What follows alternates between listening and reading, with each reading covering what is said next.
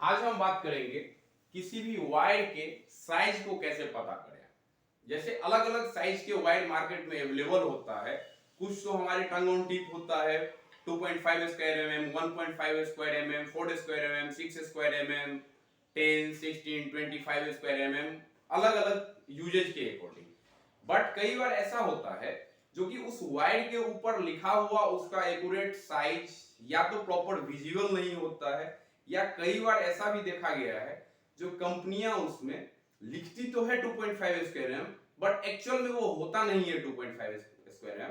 तो उसको हम क्रॉस वेरीफाई कैसे करें, क्या फॉर्मूला अप्लाई करें जिसपे कि वो क्रॉस वेरीफाई हम कर सकें जो वो सही है तो कितना सही है। ठीक, उसके लिए सबसे पहले हमें एक टूल्स की जरूरत पड़ती है जिसको वर्नियर कैलिपर बोलते हैं। वो किसी भी चीज का डायमीटर को मेजर करने के काम आता है, डायमीटर का मेजर करने के काम आता है। अभी उसमें एक मिसकंसेप्शन होता है जो बहुत लोग समझते हैं, सपोज 10 स्क्वायर एमएम का केबल है तो 10 स्क्वायर एमएम का केबल अगर 3 कोर केबल 10 स्क्वायर एमएम का है तो उसमें अगर 10 स्क्वायर तो ये टोटल को इसको 10 स्क्वायर एमएम मान लेते हैं, ये टोटल को 10 स्क्वायर एमएम मान लेते हैं। बट ऐसा नहीं है, ये सारे हैं, ये सारे कोर हैं, ये सारे इंडिविजुअल 10 स्क्वायर एमएम है।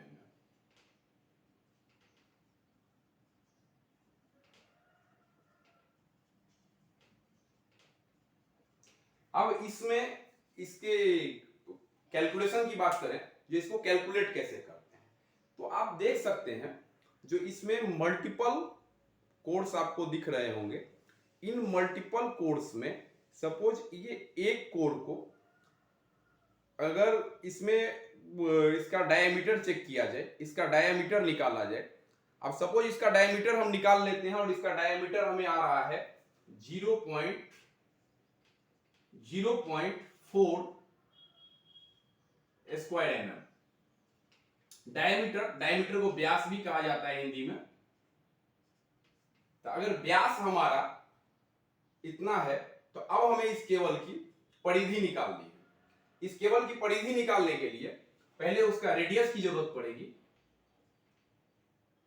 रेडियस त्रिज्या।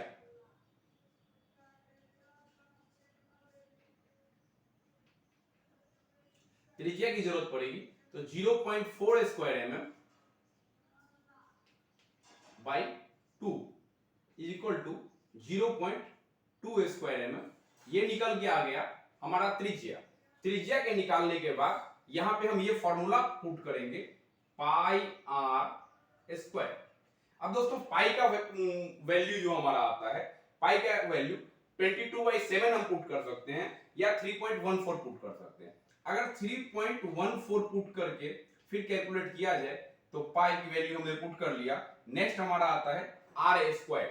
आर हमने यहां पे फाइंड आउट किया था 0.2, तो 0.2 इंटू 0.2, इन सारे का जब हम मल्टीप्लाई करते हैं तो इन सारे का मल्टीप्लाई करने के बाद मेरा जो वैल्यू आता है वो आता है 1.884।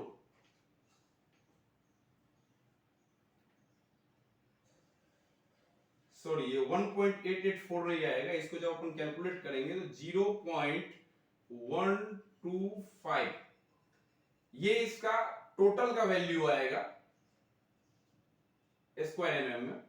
टोटल का वैल्यू स्क्वायर एमएम में इतना आने के बाद अब इसमें नंबर ऑफ टोटल कोड कितने हैं, नंबर ऑफ टोटल कोड अगर हम काउंट करें तो 1 2 3 4 5 6 7 8 9 10 11 12 13 14 15 कोड टोटल है। तो इस टोटल वायर का साइज निकालने के लिए 15 into 0.125 is equal to 1.884 square mm, या फिर आप ऐसे लिख सकते हो एमएम स्क्वायर। ये हमारा इस वायर का टोटल साइज होगा, कितने स्क्वायर एमएम का ये वायर है। इसमें भी कई बार आते हैं जो कि सॉलिड शेप में सिंगल यू वायर आते हैं इसके अंदर में, उसमें फिर ये मल्टीप्लाई करने की जरूरत नहीं है, ओनली हम इसका अगर डायमीटर लेकर के कैलकुलेट कर दे तो निकल जाएगा। उसमें ये करने की जरूरत नहीं है। ये चीजें कई कंपनियों के केबल्स में देखा गया है, जो कि जितना लिखा हुआ रहता है इंसुलेशन को वो उतना ठीक कर देते हैं, बट एक्चुअल में जो उसमें कंडक्टर अवेलेबल होता है, कंडक्टर उतने कैपेसिटी का नहीं होता है, जिसके कारण की केबल बर्न हो जाता है, लोड उतना नहीं ले पाता है। जितना लोड के अगर 2.5 स्क्वायर के लोड के अकॉर्डिंग हमने उसको कैलकुलेट करके लगाया है, वो उतना लोड को वेयर नहीं कर पाता है। Thank you.